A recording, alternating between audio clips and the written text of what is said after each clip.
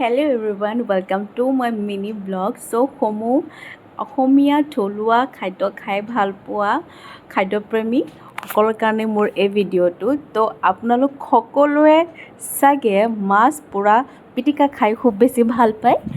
তো ইয়াতে খুব কম সংখ্যক ওলাব যোনে এই পিটিকাটো খাই ভাল নাপায়।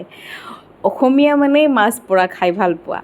তো তাৰ কাৰণেতো লোকেল মাছটো ইয়াতে এভেইলেবল নহয় হ'লে আমি প্ৰায় খাওঁৱেই তেনেকুৱা, কিন্তু যদি ডাঙৰ মাছো হয় আপুনি এই প্ৰকৰণটোৰে যেনেকৈ মই দেখাই আছোঁ তেনেকৈ যদি খায়, যদি আপোনালোকৰ ঘৰত যিটো মাটিৰ চোলা থাকে সেইটো যদিও নাথাকে, চৌকাটো নাথাকিলেও এনেকৈ গেছত পুৰি হ'লেও আপোনালোকে সেই সোৱাদটো ল'ব পাৰিব। আমিতো পাগল হয় এইটোৰ কাৰণে। অসমীয়া বুলি ক'লেতো মাছ পোৰা নোখোৱা মানুহ চাগে খুব কমেই ওলাব।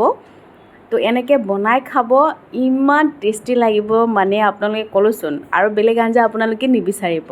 তো অকণমান ভাত লওক, তাৰপিছত এনেকৈ মই যেনেকৈ দেখাই আছোঁ আপোনালোকক, এইটো তলত যিখন আমি চালনী লৈছোঁ সেইখনত কেতিয়াবা আমি ৰুটিও সেকোঁ, ভালকৈ ৱাছ কৰিলে চব কামতে আপুনি ইউজ কৰিব পাৰিব। কেতিয়াবা বিলাহী পুৰি খাওঁ, কেতিয়াবা আলু পুৰি খাওঁ, কেতিয়াবা বেঙেনা পুৰি খাওঁ।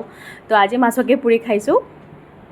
তো মাছত দিবৰ কাৰণে কেঁচা পিঁয়াজ, তাৰপিছত নহৰুটো অকণমান পুৰি লৈছোঁ, আদাও আপুনি দিব পাৰে, অকণমান পুৰি পেলাই দিব পাৰে, আৰু জ্বলাটো পুৰিলে বহুত বেছি সোৱাদ আহে। তো আৰু ধনিয়া, এতিয়া ঠাণ্ডাৰ বতৰ আহি আছে, তো ধনিয়াটো এভেইলেবল পাব। তাতে অকণমান আপোনালোকে জালুকৰ গুড়িও দিব পাৰে। জালুকৰ গুড়ি দিলে অকণমান সোৱাদটো ভাল লাগে, খাই ভাল পাওঁ, আৰু সকলোৱে ভাল নাপাবও পাৰে। তাৰপিছত তেনেকৈ একদম পূৰা হাতেৰে পিটিকি দিয়ক, কাৰণ আপুনি যিমান মিক্সিত দিয়ে, যিমান উখলিত খুন্দে যিয়ে নহয়, কিন্তু হাতেৰে যিটো আপোনালোকে নিজে সেয়া কৰি পেলাই খাব নহয়, তাৰ তুলনাত বহুত বেলেগ। তো খাই চাব, ভাল পালে ক'ব।